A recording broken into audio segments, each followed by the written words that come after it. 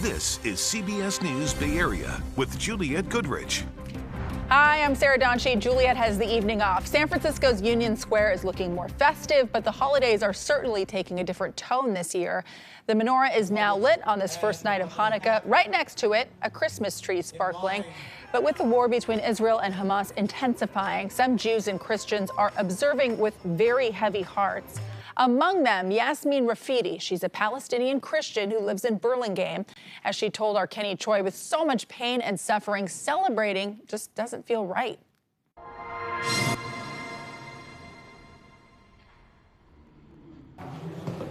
Yasmin Rafidi, her husband and children were visiting her parents in the West Bank on October 7th and realized they had to leave quickly. At that point, they told them they're not letting them through. They drove east to the Jordan border, knowing it would be safer, but knew her parents without U.S. passports would face a different situation. I just wanted my kids' safety. So I take them, of course, without thinking twice. I'll cross. But then also that meant to say goodbye to my parents. The Burlingame resident feared her parents would be returning to a Palestinian city that could become a war zone overnight, like Gaza. And he said goodbye to me and hugged all of us. And they turned back and went back to Ramallah. With Israeli airstrikes escalating after a brief ceasefire, Yasmin, like so many others, tries to get updates on loved ones. She's Christian, but isn't decorating the trees in her courtyard this year.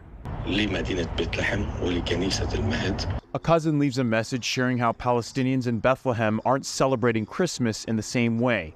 The lights and decorations are noticeably absent. A baby Jesus lies in rubble at a church in Bethlehem. With occupation, with destruction, with the bombardment of children, while the world is celebrating, our children are under the rubble. While the world is celebrating, our families are displaced and their homes are destroyed. A lot of kids, women or men, are just being massacred, and then we're celebrating. You know, it's not right. It's not right. Her family has already lost friends and loved ones. And the idea that they were hiding in the church, thinking it's safe, then they're all gone. It's a dad and a few of his kids, and then a sister and a brother. It's sad. At a time of celebration around the world, Yasmin is desperately trying to cling to hope. Where do they go? Where do they go? Even when so many of her people are facing death and utter darkness. Rafidi eventually reunited with her parents, who remain in Jordan today. In San Francisco, there was a large turnout tonight for the lighting of the Bill Graham menorah in Union Square. Our Lauren Toms was there and talked to some of the people who showed up. Yeah, the menorah is lit. Hanukkah has officially begun, and dozens of people came out for this Union Square celebration of the first night of Hanukkah. And while there was an overwhelming message of celebration even during dark times, some members of the Bay Area Jewish community this year are putting a little extra stock into their own security and consideration of public displays of their religion. You can't be scared, especially in these times. You got to come out with your family and you got to be prepared for everything, and you just got to be cautious, but at the same time, you got to be proud. I think it's important that we're all here together, showing that our community is still whole through all of the, all of the tough times that we're all going through. And I think I wanted to show up and show other people in the community that, there are Jews here, and we're not afraid to celebrate our holidays. And again, tonight's Hanukkah celebration here in Union Square was a peaceful one, but security was clearly present. Tonight we saw several canine officers with SFPD. We saw both uniformed and plainclothes officers, and we're told that permitted private security guards will be present at this menorah throughout all 8 nights of Hanukkah, ensuring that safety is the #1 priority this year. In Tel Aviv, students marked this first day of Hanukkah by remembering the hostages still being held by Hamas. They decorated 20 menorahs with 138 candles, one for every person still missing. We will continue to follow the latest developments from Gaza on KPIX.com and streaming 24/7 on the free CBS News app. A nasty crash in Oakland today involving a robbery suspect who led police on a chase across the Bay Bridge. This was the scene from our chopper over 7th Street in West Grand in Oakland, where the pursuit ended up around 3 o'clock this afternoon. San Francisco police say it started about an hour earlier when they got a robbery call on Grant Street in Chinatown. We're still waiting word on any injuries. Now to Santa Rosa, where police say they busted an international money laundering operation worth more than $7 million. These are photos that police posted on social media. They say the ringleader was 21-year-old Alexander Nigg. He's accused of working with someone overseas to scam nearly 100 people over the phone. Then he allegedly set up fake bank accounts to send some of the money back overseas. He's now facing conspiracy, money laundering, identity theft, and elder abuse charges. The 2 other suspects in their 20s also arrested. Bad news for California's budget. The state is now facing a record $68 billion shortfall, and Makovic is here with some insight. That's a lot of money. What went wrong here? Yeah, a lot of things went wrong to cause this. We'll run it down, but we're talking inflation, trouble on Wall Street, and higher interest rates. That means fewer people are buying homes and more businesses are laying off workers, and that all means less tax money is coming back to Sacramento.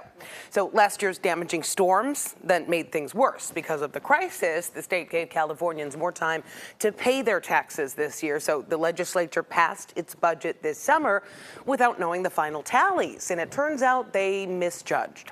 The nonpartisan legislative analyst office says tax collections were off by $26 billion when combined with the economic slowdown. That's when the projected deficit reaches $68 billion. We don't think we're quite at the point where it's necessary that they cut the core services. Of course, that's a decision, though, for the governor and for the legislature to make. And so Governor Newsom is going to present his plan in January and then negotiate with state lawmakers through June. The next budget begins on July 1st. So to help balance the budget, the analyst's office says the state should consider tapping into its rainy day fund and cutting back on capital and infrastructure projects. And of course, this is coming at a bad time for Governor Newsom during his final term as governor. And at the same time, he's trying to build his national profile. And of course, he could, be subject to any sort of criticism for cuts that we might be seeing. Yeah, he said so many times that he's not running for president right now. I think most people you ask, including people who know him, say maybe not now, but in the near future, that's definitely going to come up. Yeah. The off-duty pilot accused of trying to crash a plane mid-flight bound for SFO no longer behind bars. An Oregon judge ordered Joseph Emerson's release today. The Pleasant Hill man pleaded not guilty to 83 counts of reckless endangerment. He told investigators he thought he was dreaming, had recently taken magic mushrooms, and was depressed when he was accused of trying to crash the plane. His release terms say he has to stay away from planes, pay $50,000 bail, and submit to random drug testing. Emerson's wife talked to reporters after his release. I'm saddened that this situation had to happen to my husband and to these people that it affected, but I know that this has created a movement and momentum to help thousands of other pilots and people in mental health situations. As a result of this incident this week, the NTSB held a first-of-its-kind forum to address pilot mental health. One study found more than 56% of U.S. pilots avoid getting medical treatment out of fear that they will lose their certification to fly. Are you ready for some skiing, or, if you are like me, attempts at it, bad attempts? Some parts of the Sierra getting more than a foot of snow as the storm rolled through overnight. And look at this beautiful shot. This is video from Palisades, Tahoe. They got about 15 inches of snow in just 24 hours, so they are definitely off to a good start. Here's a scene from UC Berkeley's Sierra Snow Lab. They were expecting about 15 inches by this afternoon. This is the first significant snowfall of the season in the Sierra. Beautiful up there. Can't wait to go see it. This holiday season, Home Alone fans can get lost in New York City, Kevin McAllister style. New York's famous Plaza Hotel is offering a special package starting with a 4-hour private limo ride around the city. You'll get one of Kevin's favorite meals, a cheese pizza, see filming locations from the movie, then you'll head back to your hotel room for a 16-scoop sundae.